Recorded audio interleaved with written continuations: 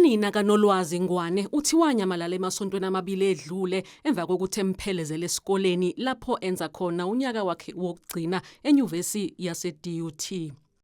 Ngifike emsebenzini on Monday, ngithola imessage yenamba engaseviwe engayazi. Mengithola le number umntwana ohlala nomntana Meres engitshela ukuthi umntanami ushiye inothi, ushiye impahla zakhe, wamnikeza inamba wathi ucela angifonele ngizolanda into zakhe, yena uyahamba uyokwenza umsebenzi wenkosi phezulu. Umndeni uthi ngaphambi nje kokuba nyamalale uye wazama ukumtholela usizo njengoba ubusola ukuthi ungenwa yimoya ethile engalungile. Khona ama signs engeke ngawabona kuyena because khona izinto abezisho bekhuluma like njengomuntu ongekho normal, bekhuluma njengomuntu osephila like ezweni labafileyo. Umfundisi uSibiya uvume ngowakhe ukuthi uNolwazi ukhona ebandleni futhi akafuni ukubuyela ekhaya njengoba ethi usephila impilo entsha. And usefike lapha ethi khona akasekho interested kwi-success yalelizwe, kwi-prosperity yalelizwe.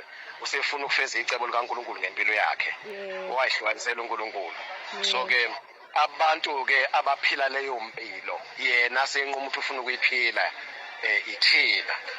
Ikhomishana yamalungelo enkolo, isiko nezilwimi iCRL iyaphenya ngokuvumbuka futhi kwaleli ibandla. Ithi ukube bekunomkhandlu kulomkhakha ibizokwazi ukuphoqa impendulo nokuziphatha okuqotho kwebandla.